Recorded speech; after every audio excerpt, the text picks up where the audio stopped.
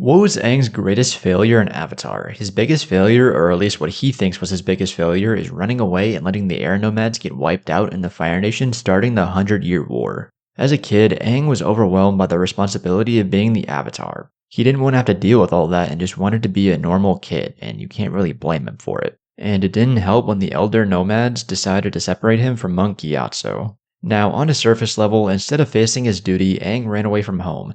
And this decision had catastrophic repercussions. While trapped in a storm and freezing himself in an iceberg for 100 years, the Fire Nation attacked. After Aang was in the iceberg, the world was without its protector, and this led directly to the genocide of the air nomads.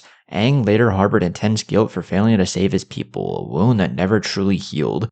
But the kicker of it is, even if Aang hadn't run away, he would have most likely died with his people, so in the end he still made the right decision. Even after Katara and Sokka found him in the ice and he started traveling the world, he struggled with the weight of all of this as Bro is still only 12. When he goes to the Southern Air Temple and he sees Monk Gyatso's body, he realizes he truly is the last airbender, and then that leads to him having to re-establish an entire culture. A culture which the world hasn't even seen in a century all by himself.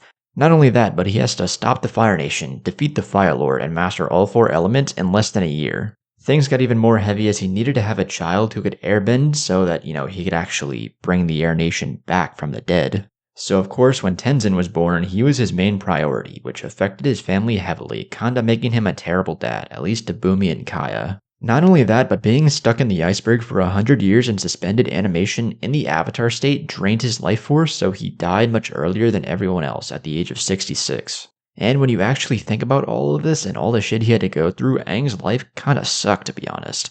But even with all these flaws, he's still arguably one of the greatest avatars to ever live.